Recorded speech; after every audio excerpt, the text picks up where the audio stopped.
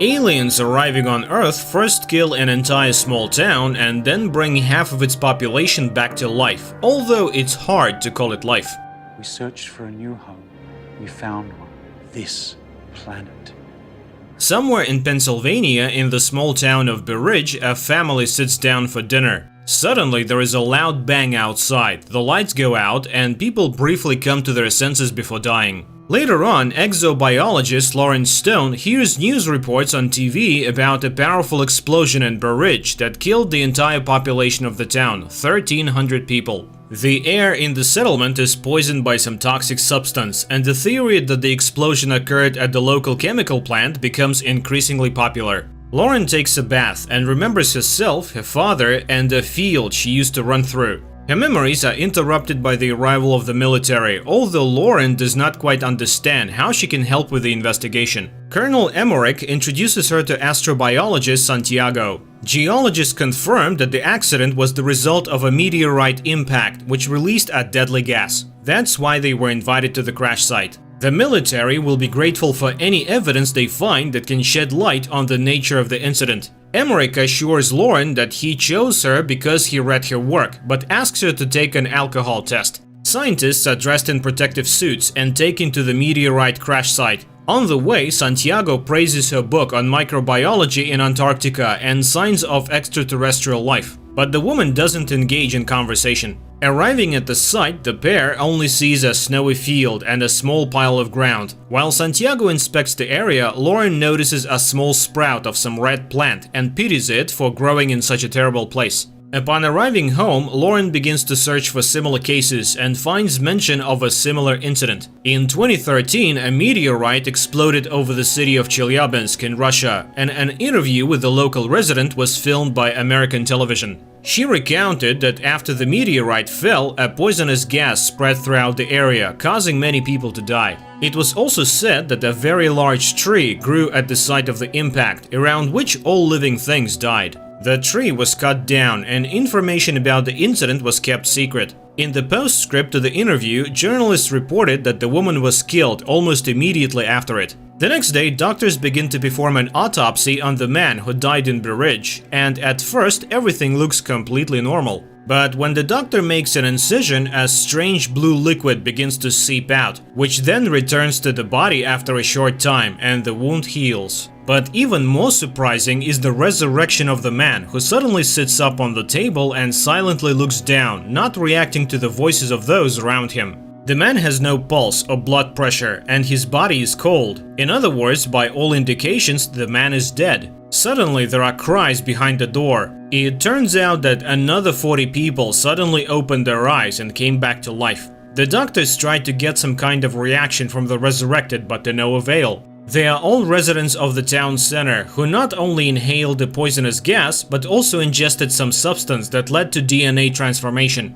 And the only thing the resurrected do is occasionally turn around. Meanwhile, Lauren tells Emmerich about the Chelyabinsk meteorite. But the people in Russia were also victims, which means that this is someone's terrible plan. But the colonel does not believe in conspiracy theories. Later, a government commission discusses the incident and proposes simply destroying the bodies before it's too late. But to get answers, all the data must be carefully studied, otherwise Manhattan could be next. Later, the woman buys alcohol and drinks it while sitting in the car, reminiscing about a trip she took with her father to a secret place. The next day, Lauren goes to a room where the revived people are sitting, and selecting a girl tells her about a book her mother used to read to her when she was a child, who has long since passed away. At that moment, her phone rings, and a photo of the red plant from the scene of the incident appears on the screen, and the girl suddenly grabs Lauren's hand. The woman tells her colleagues about this and suggests that the plant is to blame. Santiago notices that all the survivors are looking in one direction, to the north, where the crash site is located.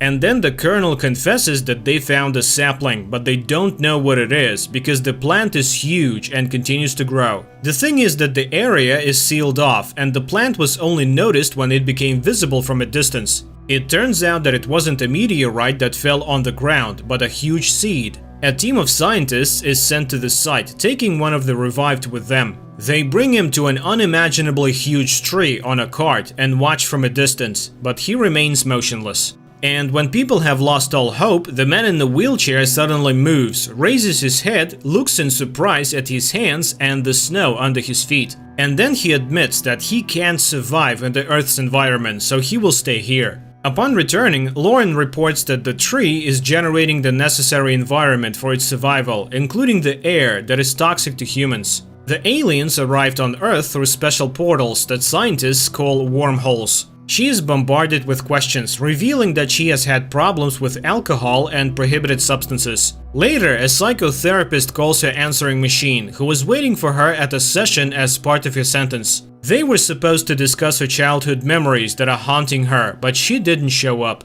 At that moment, her father shows up at the door, but Lauren is not pleased to see him. He tries to start the conversation and recalls how on her 8th birthday she asked for a scientific laboratory and they gave her an old barn. However, her obsession with space spiraled out of control and her mother became worried. Sometime later, the colonel summons Lauren again. The alien wants to speak, but only with her, as he sees her as a friend. They have prepared a list of questions and ask her to find out where they came from and why they came. The alien explains that their home is no longer suitable for their species. They were searching for a new home and found it using coordinates received from a human with the call sign Supernova 94. From that same human, the aliens learned all the strengths and weaknesses of humans. The alien asks the military to leave, and Lauren admits that the tree will soon destroy everything as it is harming the planet. The alien then says that humans will not be able to stop them because they are used to fighting and they have abilities. And here Santiago starts acting strangely. He drops his suitcase and begins to unzip his protective suit.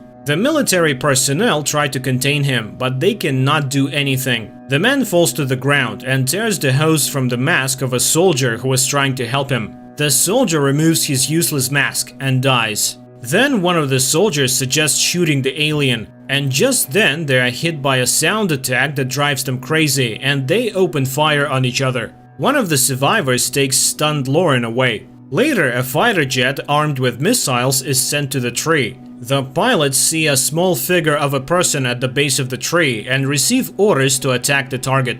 But suddenly, an impenetrable dome covers the tree. The missiles explode, causing no harm to the tree. Meanwhile, the news reports that the FBI is searching for a person with the nickname Supernova 94 who seems to be responsible for the expansion. People around the world tell stories about strange sounds that occasionally come from unknown sources. In some places, smoke emerges from the ground, killing all living things. People pray day and night, and martial law has been imposed in many countries. The earth trembles, crops die, and vegetables rot in the ground. One day, Lauren goes to her father's house, but first she approaches the locked barn, which has a sign that reads Lauren's laboratory. But after looking at the house, she walks away and heads towards the tree. For many years, she has been tormented by the question of who or what she is. The end of the world is approaching, but she feels relief, as if she will finally live freely. And she plans to find the truth right here. She meets the alien who tells her that the tree is undergoing transformation. Feeling the tremble under her feet, Lauren lies down on the ground and listens to the hum of the planet.